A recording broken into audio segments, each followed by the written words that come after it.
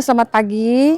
Hari ini kita melaksanakan orientasi studi tiru di sektor pariwisata dan ekonomi kreatif. Nah, hari ini kita melaksanakan kegiatan di Desa Karangrejo, Kecamatan Borobudur, Kabupaten Magelang, Provinsi Jawa Tengah. Nah, bersama kami juga ada para pelaku ekonomi kreatif dan pengelola desa wisata. Jadi ini adalah rangkaian dari kegiatan bimbingan teknis produk ekonomi kreatif di desa wisata. Di sini kita juga membawa peserta para pelaku dari pelaku ekonomi kreatif yang berada di Kalimantan Timur dan dari pengelola desa wisata dari Desa Pelak. Assalamualaikum warahmatullahi wabarakatuh. Selamat siang, salam sejahtera untuk kita semua. Hari ini kami berada di Desa Karangrejo, di mana desa ini merupakan satu tujuan desa wisata yang menjadi satu lokus untuk orientasi lapangan kami dari Dinas Pariwisata Provinsi Kalimantan Timur. Nah, dalam rangka kunjungan ini, salah satunya hadir di tengah-tengah kita lakukan podcast pada siang hari ini. Kita sapa dulu Ibu Kepala Dinas Pariwisata Provinsi Kalimantan Timur yang sudah bersedia mendampingi rombongan sampai beliau juga bisa sampai di sini ya Ibu ya. Selamat siang Bu Ririn. Selamat siang Mbak Lina. Ya, gimana Ibu kabarnya? Alhamdulillah sehat, baik. Alhamdulillah. Hadir juga di tengah-tengah kita pelaku ekraf perwakilan ya. Beliau adalah owner dari G-Boy Snack. G-Boy Snack. Iya. Nah, dimana nanti kita kupas di dalam podcast ini. Tapi sebelumnya kita sapa lagi satu narasumber kita yang juga menjadi pembicara pada siang hari ini. Selamat siang Bapak Ali. Selamat siang Bu Lina. Selamat siang Bapak. Gimana, sehat ya Pak ya? Sehat walafiat. Alhamdulillah, itu lebih penting. Beliau merupakan Ketua Pokdarwis Desa Pelak, di mana Desa Pelak ini adalah salah satu desa wisata dari Kalimantan Timur yang berhasil meraih prestasi pada ajang ADWI di tahun 2022 pada bidang kelembagaan. Baik, apa saja sih isi daripada podcast ini? Sebelumnya kami mungkin mohon izin Bu Kadis, selama ini program-program pemerintah Provinsi Kalimantan Timur melalui Dinas Pariwisata ya Bu ya, terkait pengembangan desa wisata. Apa saja sih Bu yang sudah dilakukan oleh pemerintah Provinsi Kalimantan Timur itu sendiri terhadap pengembangan desa wisata di Kalimantan Timur? Terima kasih Mbak Lina. Untuk program pengembangan desa wisata, kita ada beberapa program pembinaan.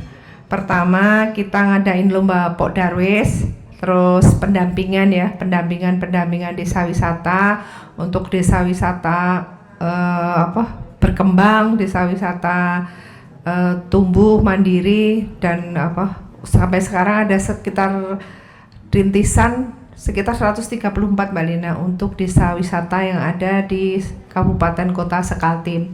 Selain itu juga kita mengadakan profiling desa wisata. Jadi kita buat profiling untuk sementara ini, kita lakukan profiling di 5 kabupaten desa, yaitu di Kukar, Samarinda, Pasir, PPU, dan Balikpapan. Nah, nanti tahun depan kita profiling untuk desa wisata yang kabupaten kota sisanya. Selain itu kami juga berencana membuat regulasi untuk penguatan suprastruktur tata kelola dan pengelolaan dari desa wisata, yaitu melalui Pergub pengembangan desa wisata untuk membangun pariwisata berkelanjutan.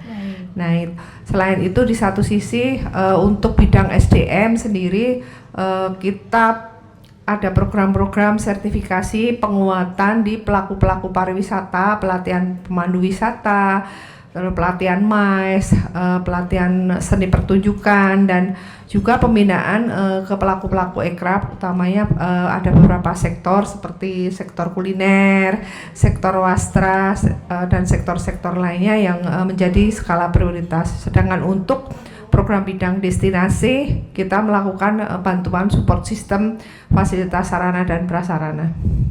Iya, baik. Bicara terkait desa wisata ini Bu, sekarang kan lagi hangat-hangatnya ini Bu untuk pengembangan sektor pariwisata ini khususnya di Kalimantan Timur. Mengingat Kalimantan Timur sudah menjadi ibu kota Nusantara. Artinya setidaknya Kalimantan Timur sudah mempersiapkan diri ya Bu ya, setidaknya untuk selain sektor-sektor yang lain, sektor pariwisata juga penguatan dalam hal mungkin penguatan para pelaku ekrafnya, para pelaku pariwisatanya. Nah, Bu, kemarin kan kita sudah mengadakan workshop untuk kegiatan di salah satu kegiatan di Dinas Pariwisata ya. Nah, ini kan merupakan satu giat dari Dinas Pariwisata ya Bu ya untuk memajukan dan meningkatkan kapasitas SDM itu sendiri. Untuk desa wisata Kaltim sendiri Bu, apakah ada sudah desa wisata yang maju dan berkembang Bu? Nah, untuk desa wisata yang maju ada 5 ya, termasuk tempatnya Desa Pelah ya. Desa Pelah, Desa Malahing, Muntang Kuala, Derawan dan Nipah-Nipah ya. Ada 5 desa. Sementara untuk desa berkembangnya itu ada sekitar 80-an untuk desa masih berkembang ya. Sementara sisanya rintisan itu sekitar 30-an. Totalnya dari 134 tadi. Iya, baik. Baik, para sahabat podcast kami, siang ini juga kita akan mengulas juga nih, karena ada hadir juga Ketua Pokdarwis Desa Pelah ya, yang sudah sekarang menjadi satu percontohan, bahkan beliau sudah dijadikan satu mentor untuk desa-desa wisata yang akan maju dan berkembang. Selamat siang juga Pak Alimin, mudah-mudahan nanti apa yang disampaikan bisa menjadikan inspirasi buat teman-teman pelaku desa wisata. Pak, gimana nih Pak giatnya sampai bisa meraih ke bidang kelembagaan yang sudah menjadi salah satu bidang yang mendapatkan penghargaan ADWI tahun 2022? Silahkan. Baik Bu, makasih. Selamat siang Bu Kadis, selamat siang teman-teman Ekraf.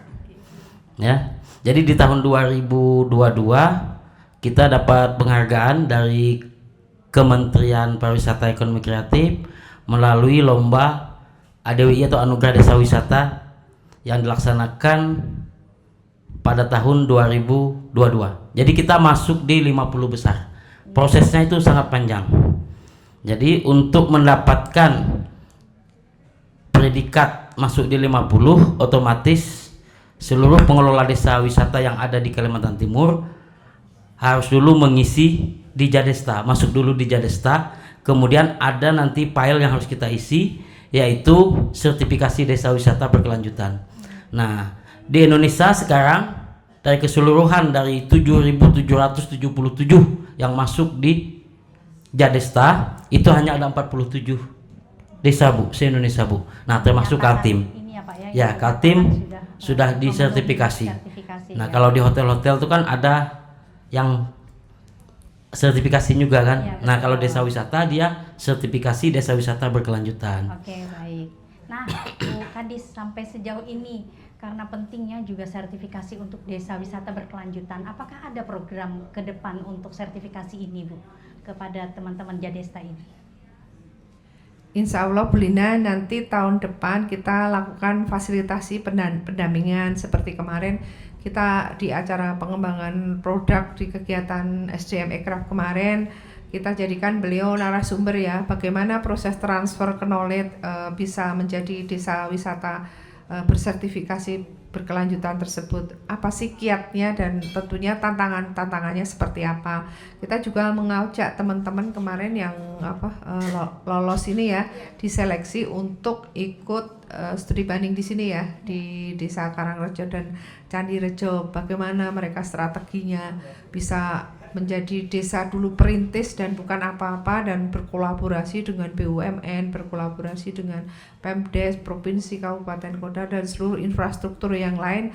Mereka akhirnya menjadi desa wisata yang maju dan luar biasa, dan sampai bisa mandiri seperti itu. Dan ternyata itu memang tidak mudah, butuh komitmen yang kuat. Insya Allah nanti ada. Jadi salah satunya program kemarin kolaborasi dengan kegiatan pengembangan Ekraf ya, dengan produk-produk Ekraf kemarin kita menyisipkan kegiatannya dan narasumbernya adalah Pak Alimin.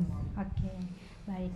Nah, pentingnya mungkin sinergitasnya ya Bu ya, sinergitas dan kolaborasi yang dilakukan semua stakeholder dalam pengembangan wisata ini. Nah, kita lihat di sini ada beberapa produk ya yang sudah ada di sini. Ini produk hasil dari teman-teman pelaku ekraf kita ini Bu, dari Kalimantan Timur. Dan para pelaku ini juga sudah mulai mengemas produknya dengan packaging yang luar biasa. Nah, hadir di sini Mbak Rina ya, dari Keboys ya. Boleh dong Mbak cerita bagaimana sih cara sampai bisa punya produk seperti ini dan sampai di mana juga artinya selama ini peran pemerintah terhadap para pelaku ekraf di Kalimantan Timur khususnya. Baik. Selamat siang Bu Ririn. Iya. Alhamdulillah mulai saya mulai berbisnis itu memang dunia wisata ini kan semakin bertumbuh ya Bu ya. Iya, jadi pelaku usaha ekraf juga bertumbuh nih Bu Lina.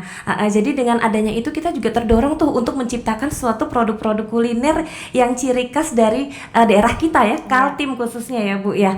Jadi dengan adanya itu kita tertantang nih, apalagi nih yang akan kita hasilkan yang menjadi oleh-oleh buah tangan tentunya yang khas dari Kaltim. Iya, dan peran serta pemerintah luar biasa dukungannya sampai saat ini kami rasakan, mulai dari kemudahan legalitas perizinan, pelatihan-pelatihan yang beraneka ragam yang sangat mendukung kami sebagai pelaku ekraf. Luar biasa, terutama dari Dinas Pariwisata Kaltim. Terima kasih dukungan dan supportnya luar biasa. Iya. Selain itu, apakah ada pernah diberikan dalam penguatan usaha, baik itu pendanaan penguatan usaha, modal usaha, atau penguatan alat-alat usaha, Mbak? Ya, alhamdulillah kami berapa kali ya mendapatkan pendampingan, dapatkan juga fasilitas alat produksi karena saya yang utama di bidang frozen ya Bu ya. Jadi kami mendapatkan freezer, alat produksi lainnya, alhamdulillah dari beberapa dinas. Iya, baik. Supportnya luar biasa. Yang disampaikan oleh Bu Kadis tadi, bahwa wisatawan itu datang bukan hanya ngelihat destinasinya saja ya Bu Kadis ya, benar ya, tapi juga wisatawan mungkin pengen mencicip, mau tahu dulu nih kuliner khas dari daerah ini. Nah Ibu, desa wisata sangat perlu saat ini dikembangkan. Hanya saja kalau para Pokdarwis dan Jadestanya saja yang bergerak itu mungkin saja tidak cukup. Artinya bagaimana melibatkan pelaku-pelaku ekraf kreatif ini ya Bu ya, dalam desa wisata ini untuk mengembangkan produk-produk ekraf ini di desa wisata, agar desa wisata juga bisa bersama-sama maju dan berkembang. Baik Bapak Ibu, semua hari ini pada berkumpul di sini. Kita lihat juga di sini hadir dari Dinas Pariwisata membawa rombongan orientasi lapangan. Tepatnya kita berkunjung ke daerah Desa Karangrejo ya. Nah, di sini kita lihat pengelolaan desa wisatanya kerjasama dari pihak BUMN, dari pihak sendiri Pokdarwisnya sendiri, BUMDes, maupun dari pihak perusahaan Bu, dari PGN-nya ya.